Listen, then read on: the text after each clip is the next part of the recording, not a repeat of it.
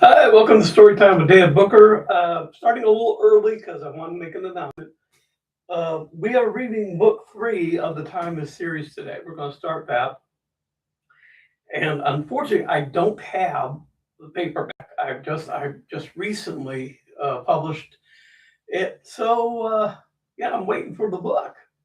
I've ordered it and stuff, but I'm waiting on them. So, I'll be reading off my tablet, which means that it's going to probably, okay, it's not shining up too bad. But I am working on another book. And hopefully by the time we're done with this, I'll have that one out. And that's going to be the second edition of Soul Man, which is going to be interesting. It's called Rogues Gallery, and it has a lot more to it than the first one. First one was just to introduce you to the character. This is going to be the last edition of Sheriff in a Small Town. I don't think I'm going to write another, but who knows? If I get inspiration, then it's possible I may. I'm trying to see if I can do this without my glasses. Nope.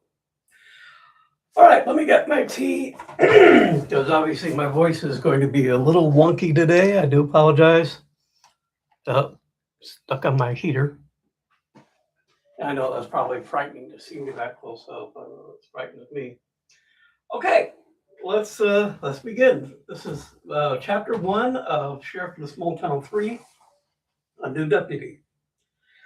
Talbot looked himself over in the hall mirror as Michaela straightened his tie and put a pen in his shirt pocket. She'd done an extra careful job on his uniform, and the knife-edge creases could cut your hand. He put the sheriff's badge on the pocket and gave it a polish with his sleeve. For the next month, he was not only the acting sheriff while Rocky was away, but he had been allowed to wear the badge and be called sheriff. Rocky felt he ought to get used to the difference. Taking his lunch from her hands, he kissed his son Larry, and gave their boxer Prince a pet as he left. Prince jumped up and down, ready to go with him, but had to be content with staying home and protecting the family. On the drive into town, he marveled at how much had happened in a year.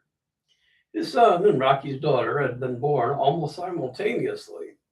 Town also had a growth explosion on the outskirts as entertainment venues were built and immediately embraced. Few new people had moved in, and one farmer had sold his small field to a new development company. They were going to build about 10 homes. Before the farmer sold, he had met with Morgan, and at Morgan's suggestion, the farmer had written into the contract that the new homes had to be of the same style as those already established. The company grumbled about it, but eventually gave in. The place was growing, and he was wondering how long the county would let it be served by Rocky and himself. He didn't want to see a change to a police force of blue uniforms all over. Fortunately, that wasn't what the town would want. Everyone looked out for each other and kept the sheriff's office notified of anything going on. A bigger force might be needed someday, but another deputy would probably suffice. Let me get a drink real quick, sorry. Driving to the courthouse, much better. Driving to the courthouse as sheriff felt like going in for the first time again. Even though it was exactly the same as yesterday when he'd said farewell to Rocky, Agnes, and little Mary as they were headed up to Wisconsin to show Mary off and have her welcome to the family party. He was nervous, so he walked around town for a bit, taking it all in again. Hearing a few people saying "Morning, Sheriff" gave him goosebumps. Come on.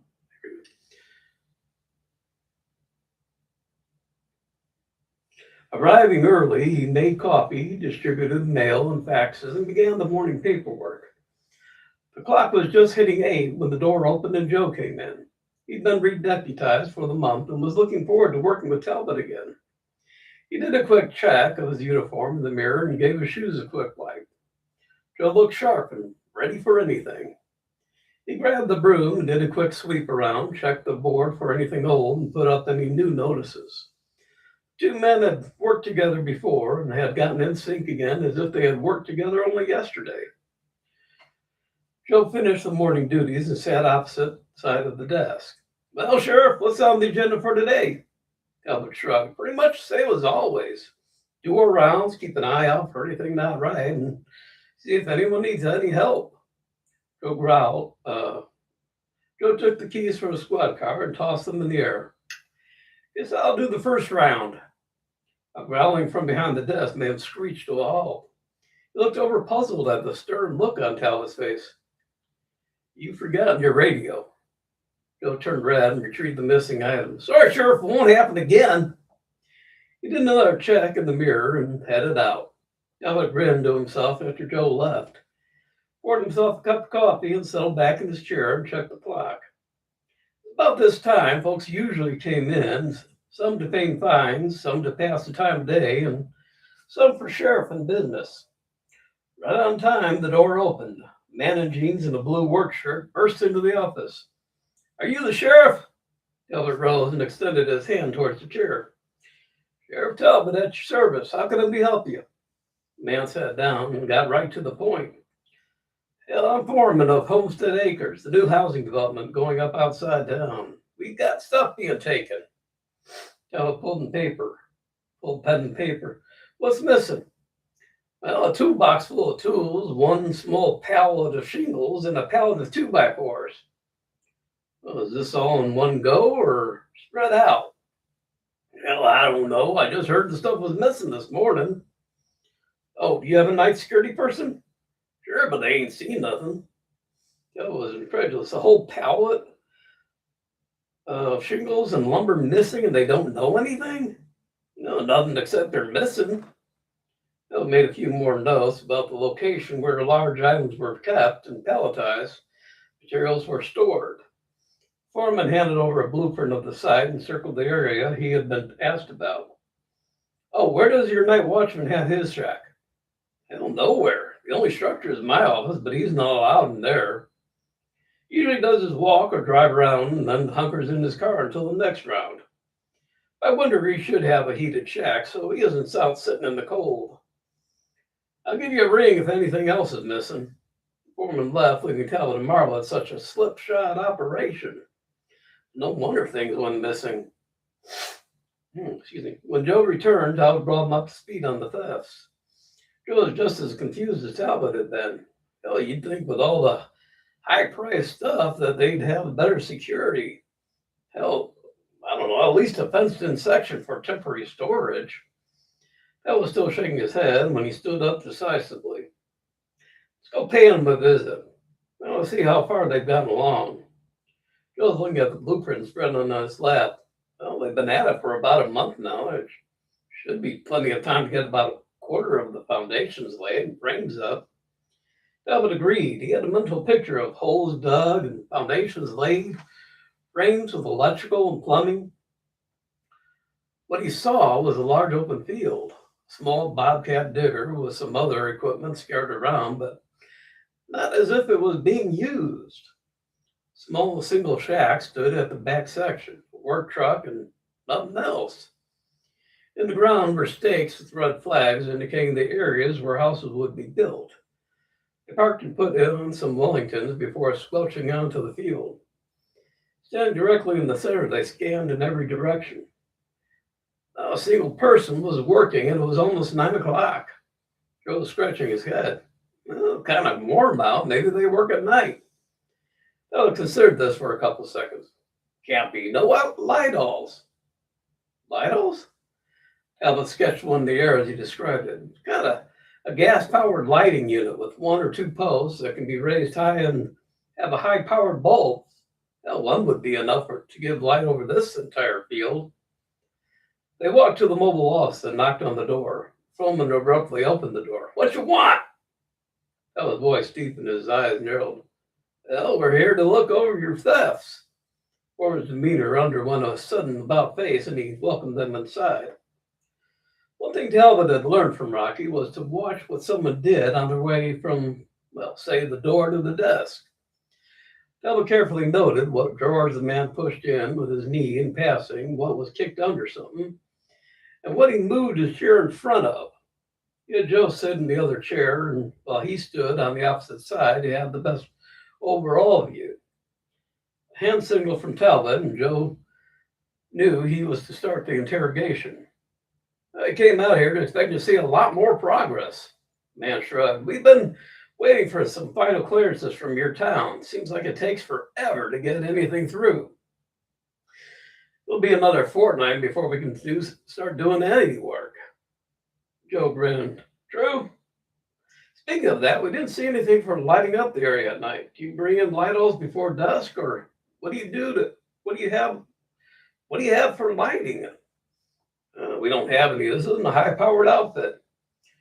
We're a small company that does small lots. How many people will you or do you have working on this place? 20 when we get going full steam, 2 for the moment, the night watchman and myself. Joe wrote down this information.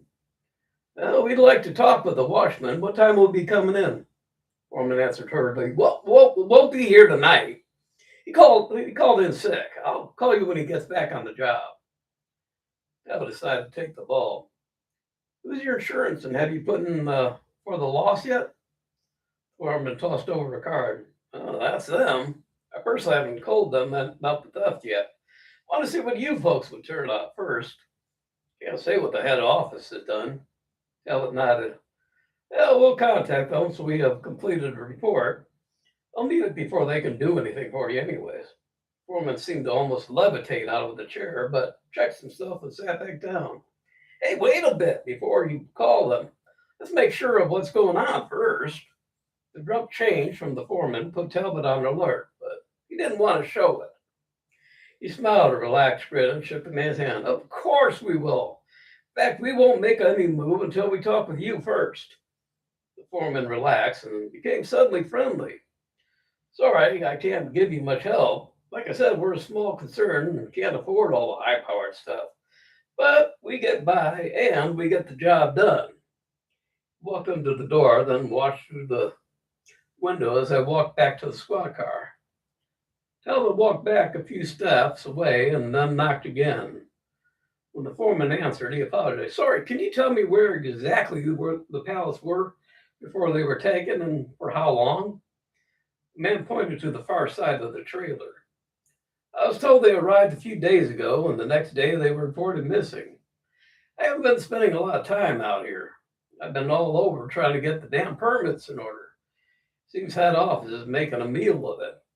Shook his head and closed the door. From the window, Talbot saw the man go to his desk, pull out a glass flask, and pour out a couple of measures of it into his coffee cup. Man tossed it off, looked around, and put his head in his hands. His shoulders shook. Talbot and Joe looked for any sign of where the pallets had been. Joe even got down on his knees and swept the grass with his hands. Felt around for any indication that something heavy had lain there without success. Talbot, in the meantime, was walking in an ever-widening circles around the area looking for the tread marks of a forklift. None went anywhere near the trailer. He stopped when he got near the squad car and lit a cigarette. Joe came up, lighting his pipe. Sheriff, I'd be willing to stake my paycheck that there was never any pallet sitting in that section. Talbot nodded. No forklift ever set foot in this batch since the trailer was put in. A few pieces of equipment were put here and haven't been moved since. Point out the deep rut marks and the grass that had grown around the tires. I don't know what the hell is going on, but by God, we're going to find out. On the way into town, Joe was trying to figure out just what was happening. A month and nothing done, or even much done, being blocked out, except for being blocked out. Besides, who would order a pallet of shingles long before anything was erected? Why wasn't the foreman more concerned if things were being taken? Stealing his 2x4s, he could understand. Those could be useful for lots of things and could even be results. Paperwork couldn't take that long, and if it was, why? A company like this, even if new, shouldn't be making enough mistakes that they have to redo the paperwork often. Hell, it wasn't reasonable. Lastly, who the hell would want to buy a home that was slap in the center of plenty of farms? The smell from the fields was strong, and though not unpleasant to people used to it, it wasn't something you would want to smell every day at breakfast. In the office, Talbot sent Joe out on the round again and gave him some money to get them both lunch. He pulled out over the Rolodex and thumbed through the cards for the county auditor. Finding the number, he called Arthur Freeman. What One line he heard a warm, friendly female voice indicating he had reached the county auditor's office. So suddenly he apologized and hung up. Wasn't time to call for an auditor till he knew what needed to be audited. He called the county building department and asking for information on who had filed for permits, a lot number. He had to check the plans. 179438XT2. Oh, that's Dorman Construction. They filed the permits on the lot. It wasn't a local company, but operated out of Renville, Ohio. Talbot's name sounded familiar, but Talbot didn't know why. Property was bought by Dorman Construction, LLC, so far there had been no closure from the sale. When Joe returned, they ate and talked about Joe going with the information to the Secretary of State's office to get everything he could about the business.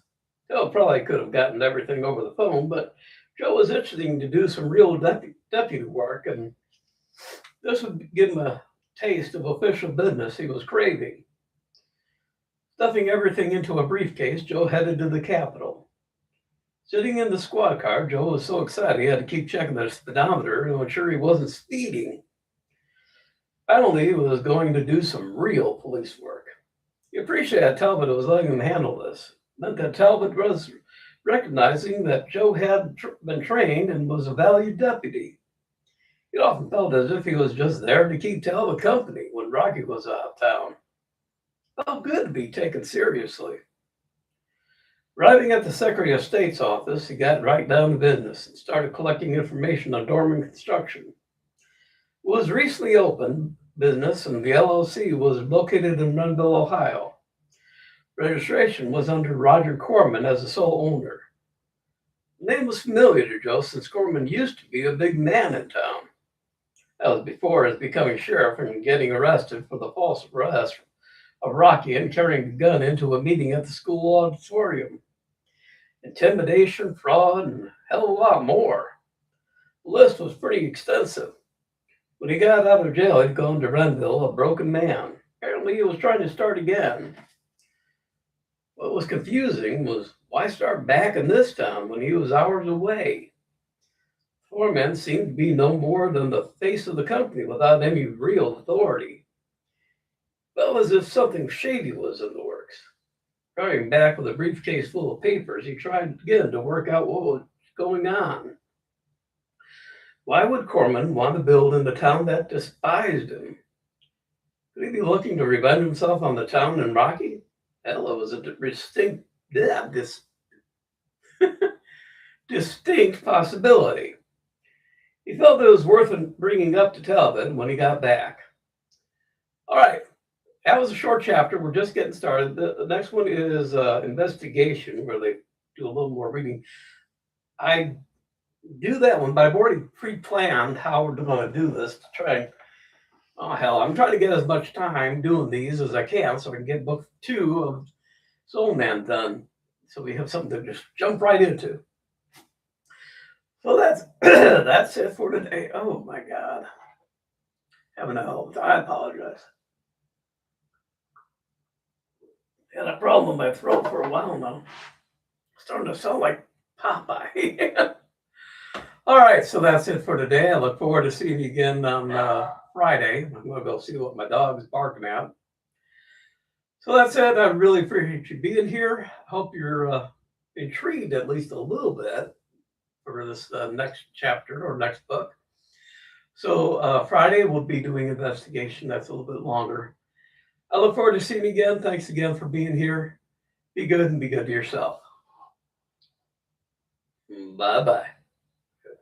There we go. Jack, what's the matter?